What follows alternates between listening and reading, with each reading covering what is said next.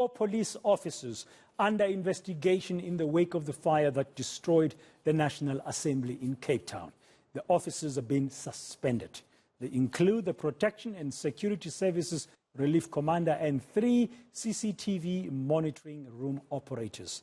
A major issue with Parliament's camera infrastructure was cited by the police service. My colleague, reporter Lindsay Dentlinger, following that story and is joining us now on this latest development. Finally, Lindsay, it looks like there's some action being taken by the police in relation to what happened in Parliament in that fire.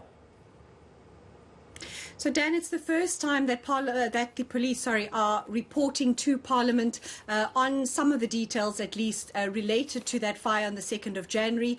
You will recall that I did report a few weeks back that we were hearing that some of the SAPS members were facing suspension notices, that they will be suspended pending representations that they make. But the police would not confirm this at the time, saying that those were private matters, disciplinary matters of the SAPS, but informing Parliament today that indeed, as you've mentioned, their 4 officers are possibly facing suspension, and most of that relates to the monitoring of the CCTV cameras on the night and the morning of the fire. The SAPS telling Parliament today that they were only responsible for monitoring the cameras which face the street and the perimeter of Parliament, and that the cameras that are within the buildings of Parliament, those are ordinarily monitored by Parliament's own protection officers.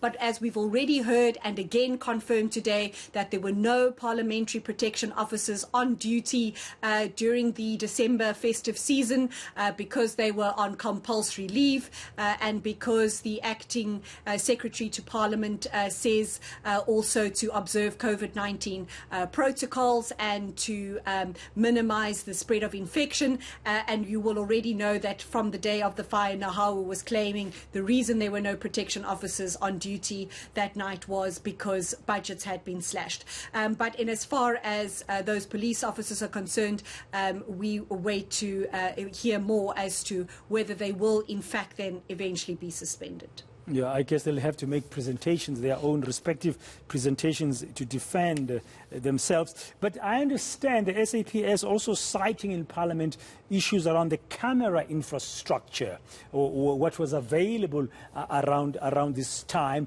because I think there was some power failure that happened in December which may have affected some of the equipment. So that is the claim that the SAPS are making, that power outage, you will recall, that affected large parts of the city centre of Cape Town when a cable went down just alongside the N1 on the 21st of December, that obviously knocked out power at Parliament, and generators were used. As you know, those are run on diesel, and the SAPS telling Parliament today that what they call a giant video wall, which has all the cameras up that are being monitored on this giant screen, that was not working on the night of the fire. And you can imagine that is almost 2 weeks after that power failure. But the Public Works Department very quick to point out that soon after that power failure, it says it refilled all the storage units with diesel, some 15,000 litres of diesel. They say were all those tanks at Parliament were refilled after that power outage, and also pointing out that just because this giant video wall was down, it didn't mean that police officers could not monitor the CCTV cameras. The SAPS saying, well, the officers had to monitor these cameras on smaller 22 or 19-inch or whatever the size may be, smaller video screens. But the point that Public Works is making is that just because this giant wall went down, which the SAPS says allows them to obviously monitor these cameras better because of the size of the screen, now meant that they had to monitor from smaller screens.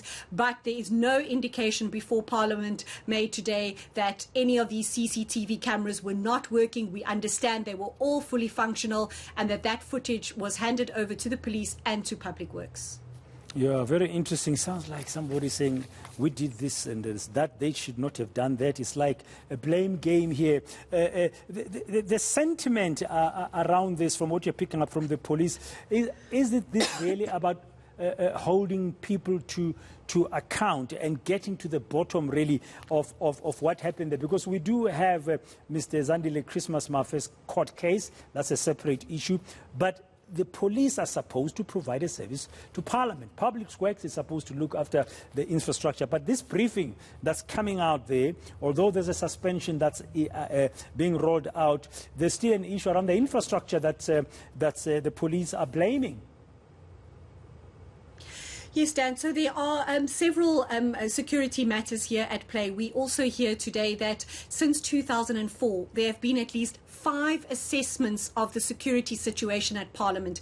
We hear that officials travelled to Hungary and other places in 2016 to have a look at international best practice, came back to South Africa, indicated that the perimeter of Parliament, the fencing, should at least be 3 meters high.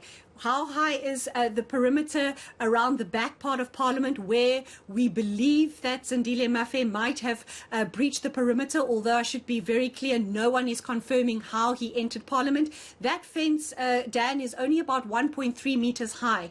That back entrance alongside St. George's Cathedral that runs through the Company's Garden still remains cordoned off to this day. And that is a very clear indicator of where that fence is certainly not high enough. But as I said, we understand that none of the recommendations that have been made from these, if you will, these study tours to determine international best practice, has any of it been implemented here at Parliament in South Africa. Another of those recommendations being that there should be an off-site search park, if you will. So vehicles and people entering Parliament, as you know, right now that happens on the parliamentary precinct.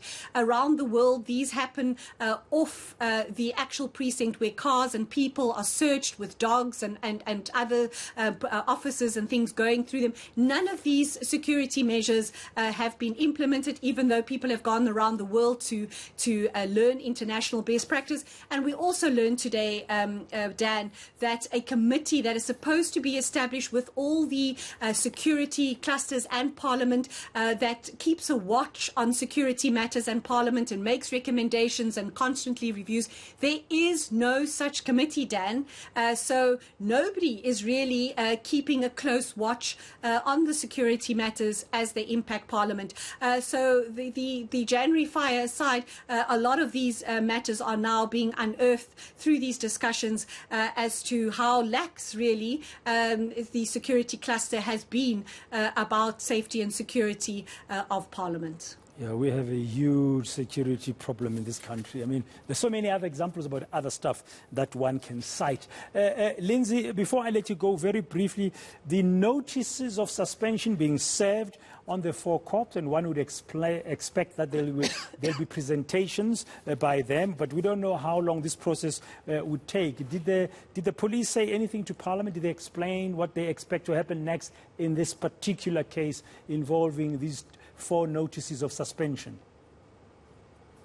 They did not, Dan. No indication, only to say that these officers have been served with what is termed notices of intention to suspend. And as you pointed out there earlier, these officers will obviously get to make representations before they are ostensibly suspended proper. I also did check with Union Pop Crew yesterday regarding these pending suspensions, because, as I say, it has over the weeks, there are reports coming out of Parliament that police officers stand to be disciplined for the security breaches.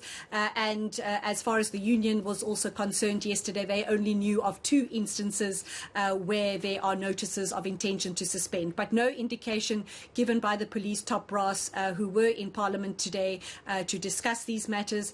So we wait to and see what happens next. But we do know that the bail application for Zandile Mafe is expected to go ahead in the Cape Town Magistrates Court tomorrow. Thank you very much for that update and even the latest info from Lindsay Dentlinger. I guess processes are important, procedures are important. You serve a notice of intention to suspend. People represent themselves to say why you shouldn't suspend me. I mean, we're still waiting to find out why Ketla Sithole should not be suspended as a commissioner of the police in the country. The president asked him months ago to write to him and say why you shouldn't suspend him. We don't know what's going to happen there. But in this case as well, there's a process. Please, the authorities, those who are in charge, those who are ruling this country, don't hide behind processes not to be accountable, to hold people to account, to take action. Procedure and process are important, but you can't use them to hide behind taking action. We want to know who set our parliament on fire. Who did that? We want to know that, and they must be held accountable. Who are supposed to protect parliament? If they didn't, they must be held to account. Don't use processes to fudge and hide and not take accountability.